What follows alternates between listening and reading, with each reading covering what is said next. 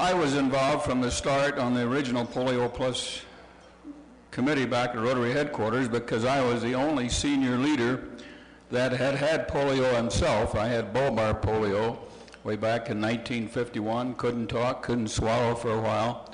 2 weeks after I got polio, my wife came down with lumbar polio and was totally paralyzed from her neck down and lived in a respirator for 13 years.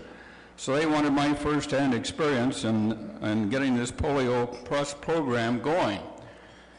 It's been successful in that our club was, I think, in 1986 when we had the original drive, and we were very naive. We thought if we raised $120 million, we could eliminate polio from planet Earth. We raised $244 million. Since then, the governments of the world have contributed a couple of $1 billion, and Rotarians worldwide have contributed almost $700 million, and we still don't have the job done. We had hoped to have polio eliminated by the year 2000, so we could declare the world polio-free by 2005, Rotary's 100th birthday. It didn't happen. We've got pockets breaking out in some of the countries that our speaker today will talk about, but has it been worth the effort? Let me tell you, because of your generosity and Rotarians and governments around the world, about 1 million lives have been saved since we started this program, and 7 million lives have been prevented from being crippled for life. So even if we stopped today, it would have been a tremendous successful program. But we want to get the last wild virus wiped out, and we want to declare planet Earth polio-free. And it's taken a lot of national immunization days to get it done. Marlene and I had the pleasure of representing Rotary International in the Côte d'Ivoire, the Ivory Coast of Africa, at one about 8 years ago. And it was a life-changing experience to go down the rows of these little kids with their mouths open, putting 2 drops in each child, knowing that that child would never have to face polio during their lifetime. Well, our speaker today is a real hero to me, heroine, I guess I should say, because she's been to 14 different national immunization days in 7 different countries and is a polio survivor herself. So please welcome our speaker, Ann-Lee Hussey.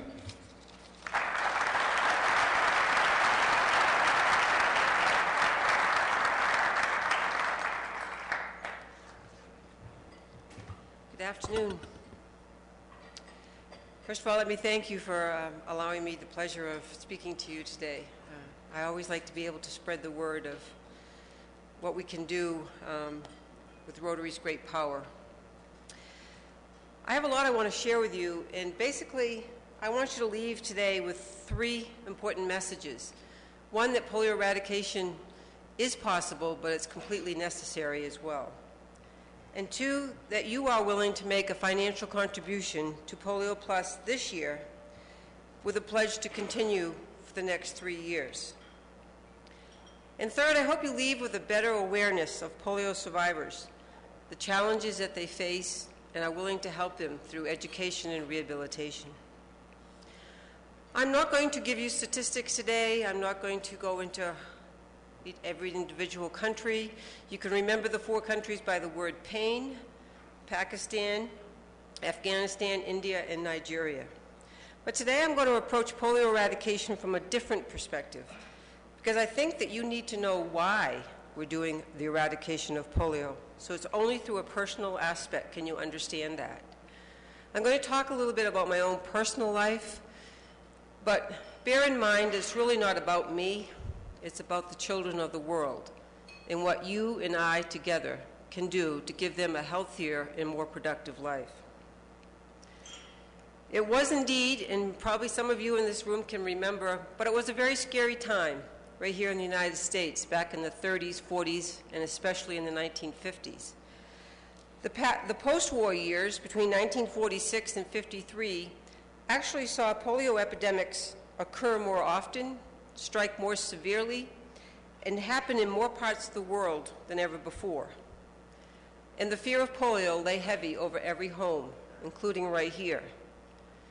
Parents would keep their children away from public areas, playgrounds, and especially swimming pools in the hot summer months. Quarantine signs, tiny caskets, the rhythmic breathing of iron lungs haunted every family. Infantile paralysis, or poliomyelitis, was in so many ways the AIDS of its day, both in the way that the parents worried for the health of their children and the way in which communities responded. You never knew when polio would strike. You didn't know how to stop it, and people then didn't really truly know how to treat it. In 1938, Franklin Delano Roosevelt, then President of the U.S. and himself a polio survivor, was really instrumental in starting the foundation, the National Foundation of Infantile Paralysis.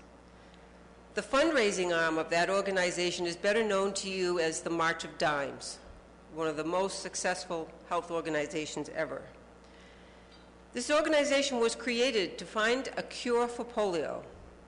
Well, as you know, there is no cure for polio, but the efforts of the March of Dimes actually resulted in our very first polio vaccine, created in 1955 by Dr. Jonas Salk.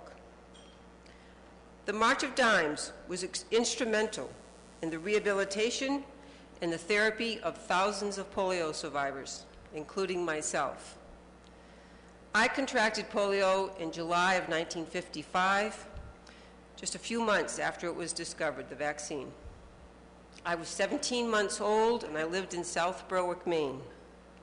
I'm the youngest of 5 children and was the only one obviously affected.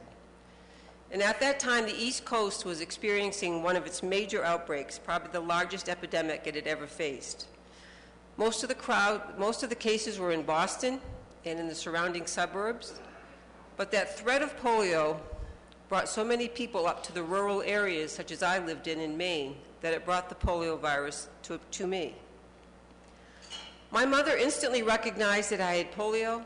I began to have difficulty walking and stumbling, and I had a very high fever. Unfortunately, my mother had already lived through such a frightening experience, watching her younger brother at the age of 5 contract polio. Both her polio knowledge and experience may have saved my life, and it certainly improved it.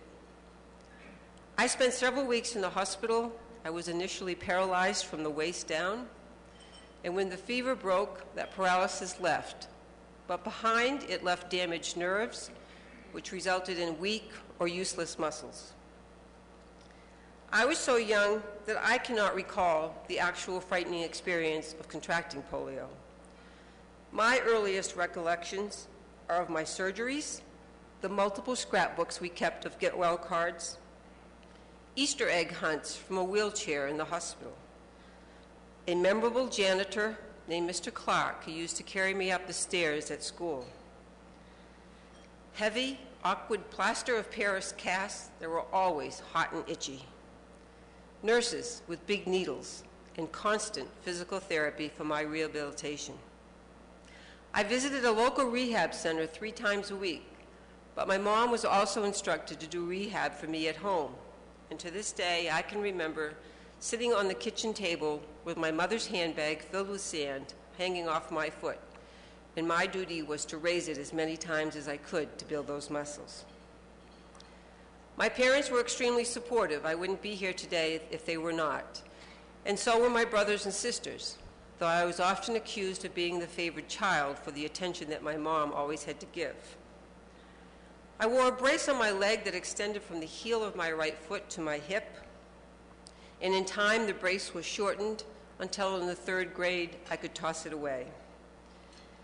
My right leg is shorter and overall smaller, leaving me with a marked limp. My feet are misshapen. I wear special inserts in my shoes, as well as a 1-inch lift on my right shoe. The range of motion in both my ankles is very limited. The right one has been fused by surgery. The left one shows a typical dropped polio foot. I have lived through the taunting of childhood peers, being the only child in my school with polio,